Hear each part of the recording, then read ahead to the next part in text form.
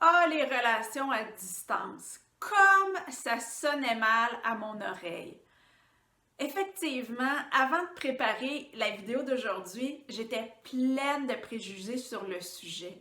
Pour moi, là, dans ma vision des choses, une relation à distance, c'était automatiquement voué à l'échec, sauf dans de rares exceptions. Et là, suite à la demande de Marika qui m'a contactée via Facebook, j'ai accepté de préparer une vidéo sur le sujet. Et vous avez été nombreuses à m'aider dans ma recherche. Merci beaucoup. Je vous présente maintenant mes conclusions. Alors, on va voir ensemble d'abord pourquoi tant de relations à distance échouent. Puis, on va voir ensuite quels sont les critères de succès d'une relation à distance qui fonctionne. Et finalement, je vais te dévoiler quel type de personnes sont les plus susceptibles de réussir leur relation à distance et d'être bien là-dedans. Tout d'abord, c'est quoi une relation à distance? À partir de combien de kilomètres la relation est-elle à distance? Est-ce que c'est quand on n'habite pas dans la même ville, le même pays ou le même continent? Est-ce qu'on considère que la relation est à distance quand on se voit seulement une fois tous les 15 jours, une fois par mois ou seulement 3 fois par année? Donc, c'est certain qu'en fonction de la distance et de la fréquence des retrouvailles, les défis ne seront pas tout à fait les mêmes, c'est certain, mais les principes de base que je vais vous exposer aujourd'hui, eux, sont les mêmes. Donc, pour réaliser la vidéo d'aujourd'hui, tout d'abord, j'ai reçu des dizaines et des dizaines de messages de femmes qui m'ont raconté leur relation à distance, ou je devrais dire l'échec de leur relation à distance. Mais la bonne nouvelle là-dedans, c'est qu'après avoir passé à travers de toutes les histoires, je les ai toutes lues, je peux affirmer que c'est pas la distance qui fait échouer la relation à distance. Autrement dit, c'est pas la relation à distance le problème, mais la relation comme telle. Parce que la relation, si elle n'avait pas été à distance, elle n'était pas plus viable. J'ai vu dans ces histoires-là les mêmes problèmes de fond que dans les relations de couple à proximité, si je peux m'exprimer ainsi, là. Ce que j'ai vu, c'est mauvais choix de partenaire, pas la même énergie investie dans la relation, des difficultés d'engagement, des difficultés à communiquer, l'homme qui n'est pas libre. Donc, je pense donc que c'est beaucoup plus intéressant de regarder la relation à distance sous un autre angle, soit celui des ingrédients nécessaires à sa réussite. Pour y parvenir, j'ai réalisé quelques interviews d'1 heure avec des femmes qui vivent une relation à distance épanouissante depuis quelques années. Et elles m'ont toutes dit la même chose, elles m'ont toutes donné les mêmes ingrédients clés. Une vraie communication honnête et authentique, la confiance, la régularité et la fréquence des moments passés ensemble et se parler au téléphone tous les jours. Et je vais ajouter à ça aussi d'être avec le bon partenaire pour soi. C'est la base, ça va de soi, mais je veux juste le mentionner parce que tous les ingrédients de succès peuvent être là, mais on s'entend que si on n'est pas avec la bonne personne pour soi, on est de toute façon mal parti, on s'enligne vers l'échec, évidemment.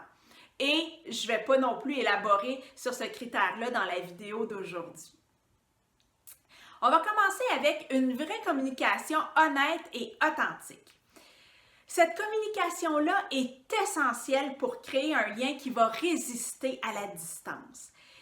Il peut être facile dans une relation à distance de balayer les frustrations sous le tapis parce qu'on est de longs moments sans voir l'autre. Donc, on pourrait décider de vivre seulement le conte de fées, mais ça ne va pas amener la relation à un autre niveau. Ce qui fait qu'il est nécessaire, et comme dans toute relation d'ailleurs, d'exprimer ses besoins, puis de sentir que l'autre est à l'écoute. Sans franchise, sans honnêteté, il est impossible de créer des fondations solides qui vont résister à la distance. Et c'est bien sûr cette communication-là, honnête et authentique, qui va développer la confiance, qui est un autre ingrédient essentiel d'une relation à distance. Donc, la confiance. Les partenaires d'une relation à distance doivent avoir une confiance totale l'un envers l'autre. Dans la distance, les doutes peuvent s'installer plus vite et aussi la crainte que l'autre soit infidèle. Mais comme me l'a mentionné Silky, l'une des femmes que j'ai interviewées, l'infidélité n'a rien à voir avec la distance physique, mais plutôt avec la distance émotionnelle qui peut s'installer entre les partenaires et ce, dans n'importe quel type de relation. On s'entend là-dessus. Dans une relation à distance, faire preuve d'une transparence totale va permettre de bâtir cette confiance-là. Parler de ce que vous faites, parler de ce que vous ressentez, toujours dire la vérité, tenir ses promesses, agir avec bienveillance envers l'autre, tout ça va contribuer à bâtir la confiance. Aussi, plus les partenaires vont avoir une bonne confiance en eux-mêmes et plus ils vont être en mesure d'avoir confiance l'un envers l'autre. Lorsqu'on nourrit la peur d'être abandonné ou rejeté, c'est plus difficile de faire confiance à l'autre, c'est certain. Autre ingrédient de succès, la régularité et la fréquence des moments passés ensemble. Cet élément-là est essentiel si vous voulez bâtir une relation à distance solide et sérieuse. Il est trop facile dans une relation à distance de se construire un rêve qui n'a rien à voir avec la réalité. Comme dans toute relation, il faut passer du temps ensemble afin de se découvrir puis de se connaître. L'amour se construit à travers les moments partagés ensemble en personne. D'ailleurs, quelques temps après avoir terminé le programme Trouver l'amour durable, Audrey a trouvé l'amour durable, mais à 800 km de chez elle. Elle et son amoureux ont pris l'habitude de se retrouver tous les 15 jours, une fois chez l'un, une fois chez l'autre. Alors que Silky et son conjoint, eux, habitent à 600 km l'un de l'autre et ont plutôt fait le choix de se retrouver seulement lors des longs week-ends de 3 jours. L'important, c'est que les partenaires, que les deux soient bien là-dedans. Dans tous les cas, le désir de se retrouver doit être réciproque. Et une chose importante à mentionner, c'est que les week-ends se passent en général chez l'un ou chez l'autre. Donc, c'est super important de se sentir à l'aise, de se sentir chez soi quand vous êtes chez l'autre. Autant Audrey que Silky m'ont mentionné qu'elle prenait également du temps pour elle, qu'elle prenait même du temps pour elle lors de ces week-ends-là. Audrey, elle, c'est pour aller voir son cheval. Silky, c'est pour aller au gym. Comme dans la vraie vie, puis quand je dis dans la vraie vie, là, je parle d'une relation amoureuse à proximité, on n'est pas toujours collé sur notre amoureux. Mais dans les relations à distance, c'est la même chose aussi. Autre ingrédient de succès, se parler tous les jours au téléphone, de vive voix. Là. On ne parle pas ici de se parler par email ou par texto. Les couples qui réussissent leur relation à distance se parlent chaque jour.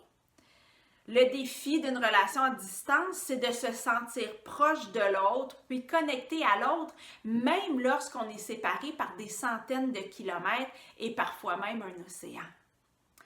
Lorsque les amoureux se parlent chaque jour, ils sentent qu'ils font véritablement partie de la vie de l'autre. Ce qui fait que l'attente entre les moments de retrouvailles devient ainsi plus supportable. De plus, Audrey, elle, avec son amoureux, ils ont un petit rituel d'avoir en plus, de se parler une fois par jour, d'avoir 3 contacts par jour par SMS. Et ça leur permet de se sentir plus près l'un de l'autre Et un autre petit truc qu'ils ont développé pour se sentir également plus près l'un de l'autre, c'est de choisir un livre qu'ils vont lire tous les deux et sur lequel ils vont échanger.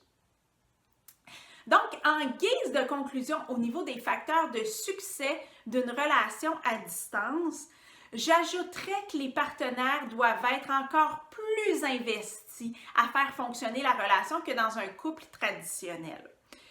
Aussi investis l'un que l'autre afin de faire grandir et évoluer la relation, la rendre riche, solide et épanouissante. Maintenant, quel type de personnes ont le plus de chances d'être bien dans une relation à distance? Le premier critère, c'est d'être plutôt autonome affectivement, d'être à l'aise avec la solitude et d'être capable de passer du temps seul. Si tu as tendance à douter de toi et de l'autre quand tu te retrouves seule, à te sentir anxieuse, une relation à distance, c'est peut-être pas pour toi. Ça va pas t'amener dans l'épanouissement. C'est sûr que tu vas vivre des moments merveilleux quand tu vas retrouver ton amoureux, mais le prix à payer pour ces moments-là va être trop élevé. T'es mieux de croire que l'homme fait pour toi existe près de chez toi. Tu vas être beaucoup plus heureuse. Aussi, pour pouvoir s'épanouir dans une relation à distance, et dans toutes les relations, mais encore plus dans une relation à distance, il est important de développer toutes les sphères de sa vie. Il n'est jamais souhaitable de faire de sa relation amoureuse le centre de sa vie puis de négliger tout le reste. Mais dans une relation à distance, tu dois vivre ta vie pleinement afin de pouvoir supporter de ne pas voir ton amoureux comme tu le voudrais. Maintenant, ma question pour toi, et c'est ce qui va conclure la vidéo d'aujourd'hui, je veux savoir quels sont tes trucs pour supporter l'attente entre les moments de retrouvailles. Chaque couple a ses trucs, alors je t'invite à me communiquer les tiens et à en faire profiter toute la communauté. Tu peux écrire ta réponse dans les commentaires. À bientôt!